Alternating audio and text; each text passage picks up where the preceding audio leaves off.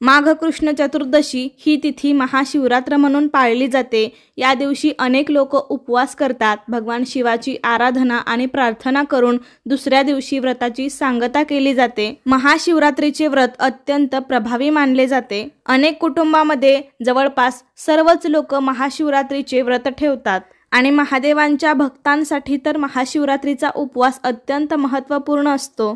तर आजच्या व्हिडिओमध्ये मी तुम्हाला महाशिवरात्रीचं व्रत करत असताना कोणतं फळ आपल्याला चुकूनही खायचं नाही आणि जरी खाल्लं तरी आपल्याला या व्रताचं फळ मिळणार नाही, तर कोणतं फळ आपल्याला महाशिवरात्रीच्या दिवशी चुकूनही खायचं नाही हे मी तुम्हाला आजच्या व्हिडिओमध्ये सांगणार आहे। तर व्हिडिओ शेवटपर्यंत पहा। त्याआधी चॅनलवरती नवीन असाल तर आपल्या चॅनलला नक्की सबस्क्राईब करा। लगेच आजच्या व्हिडिओला सुरुवात करूया। महाशिवरात्री ही संपूर्ण महादेवाला समर्पित आहे। देवांचे देव आणि तिन्ही लोकांचे स्वामी महादेवांचा हा सर्वात मोठा उत्सव असतो। शिवपुराणानुसार महाशिवरात्रीच्या दिवशी महादेवाची विधिवत पूजा केल्याने तसेच व्रत ठेवल्याने विशेष फळ प्राप्त होते।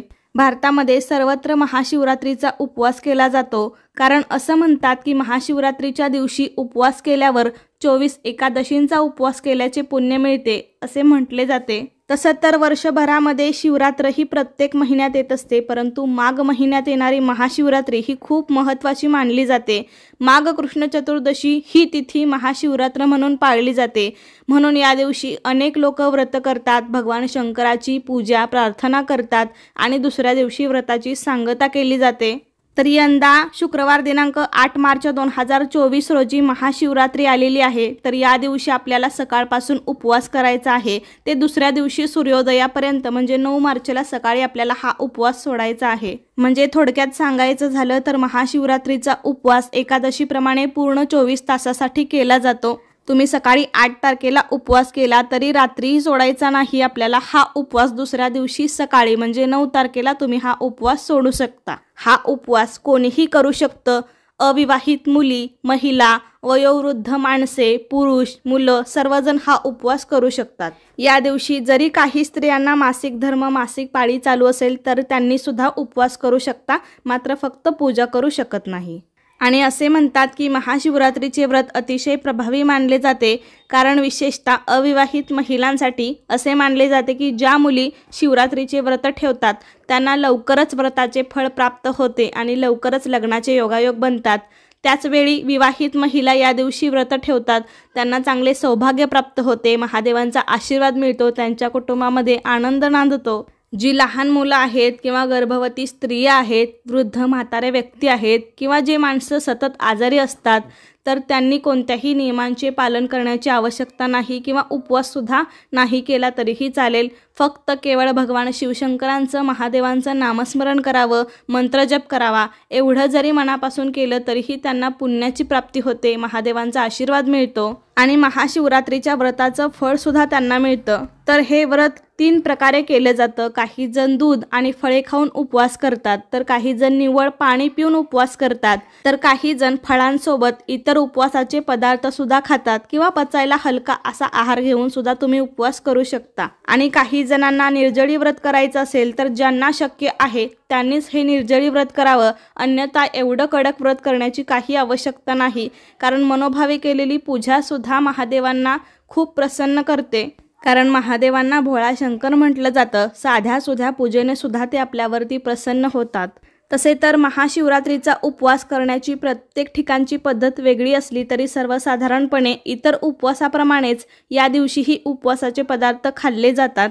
पण काही ठिकाणी असे म्हणतात की भगवान शंकराच्या उपवासाला किंवा महादेवाच्या उपवासाला भगर खाल्ली जात नाही, मग तो श्रावणी सोमवारचा उपवास असो किंवा महाशिवरात्रीचा उपवास असो, हे बऱ्याच भागामध्ये पाळलं जातं। आमच्या भागामध्ये सुद्धा महाशिवरात्रीच्या उपवासाला भगर खाल्ली जात नाही, मात्र तुम्ही इतर कोणतेही उपवासाचे पदार्थ खाऊ शकता, जसे की साबुदाण्यापासून बनवलेले कोणतेही पदार्थ असो, खिचडी असो किंवा इतर कोणतेही पदार्थ, फळं, दूध हे सर्व घेऊ शकता। फक्त भगर म्हणजे वरईपासून बनवलेले कोणतेही पदार्थ खाऊ नका। तसं तर उपवासाच्या दिवशी नेहमीपेक्षा थोडं कमी आणि सात्विकच खावं। महाशिवरात्रीच्या दिवसांमध्ये तसं तर जास्त ऊन असतं, त्यामुळे फळं खाणं कधीही चांगलंच। पण या दिवशी अति तेलकट आणि अति जड पदार्थांचे सेवन मात्र करू नका। उलट या दिवशी तुम्ही अधूनमधून ताक प्या किंवा रसदार फळे खा, फळांचा ज्यूस पिऊ शकता किंवा आपण बटाटा, रताळे असे पदार्थ खातो, पण रताळ पचायला हलकं असतं, त्यात खनिजांचं प्रमाण अधिक असतं, त्यामुळे बटाट्याच्या तुलनेत रताळ्याला प्राधान्य द्या। हे झालं उपवासाला काय काय खायचं। त्याबरोबर आपल्याला असे पदार्थ आहेत की या दिवशी चुकूनही खायचे नाहीत। सगळ्यात महत्त्वाचं म्हणजे या दिवशी आपल्याला चुकूनही मांसाहार करायचं नाही। मटण, मासे, अंडी अशा प्रकारचे कोणतेही पदार्थ तुम्हाला खायचे नाहीत। बघा, आपण संपूर्ण श्रावण महिना मांसाहार वर्ज्य करत असतो, तर अगदी त्याचप्रमाणे या दिवशी आपल्याला महाशिवरात्रीच्या दिवशी पूर्णपणे मांसाहार वर्ज्य करायचा आहे। या दिवशी शक्यतो घरामध्येही मांसाहार करू नका आणि बाहेरही खाऊ नका। त्याबरोबरच या दिवशी कोणत्याही तामसी पदार्थांचे सेवन करू नका, म्हणजे कांदा, लसूण असे पदार्थ सुद्धा या दिवशी खाऊ नका किंवा उपवास सोडताना दुसऱ्या दिवशी सुद्धा तुम्ही असे पदार्थ खाऊ नका।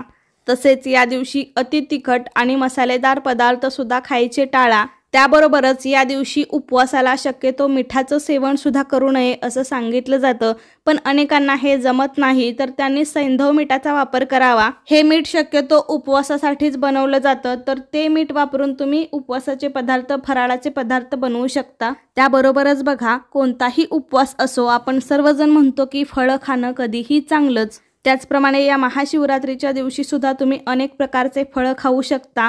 केळी, सफरचंद अशा प्रकारचे फळं सुद्धा चालू शकतात, पण एक फळ आहे की ते मात्र आपल्याला चुकूनही खायचं नाही, ते म्हणजे जांभूळ। जांभुळाला इंग्लिशमध्ये जामून, जामन किंवा ब्लॅक प्लम अशी ही नावं आहेत। तर जांभूळ हे फळ आपल्याला या महाशिवरात्रीच्या उपवासाला चुकूनही खायचं नाही।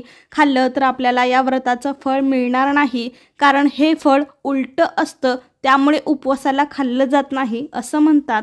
म्हणजे हे फळ झाडाला उलटं लागलेलं असतं, म्हणून ते उलटं असतं, म्हणून ते कोणत्याही उपवासाला खाल्लं जात नाही। या महाशिवरात्रीच्या दिवशी बाकी तुम्ही इतर फळे किंवा त्यापासून बनवलेले ज्यूस किंवा कोणतंही पेय पिऊ शकता, खाऊ शकता। फक्त जांभूळ किंवा त्यापासून बनवलेला रस असेल किंवा कोणताही पदार्थ असेल तर ते मात्र या दिवशी चुकून पण खाऊ नका। सगळी फळे उपवासाला चालतात, पण जांभूळ हे फळ आपल्याला उपवासाला चालत नाही, त्यामुळे या फळाचं सेवन तुम्ही या दिवशी करायचं नाही।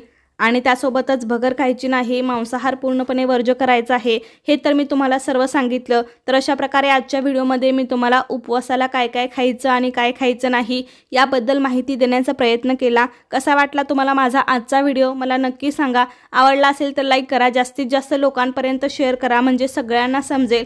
आणि असे छान छान व्हिडिओ पाहण्यासाठी आजच आपल्या चॅनेलला सबस्क्राईब करा। धन्यवाद।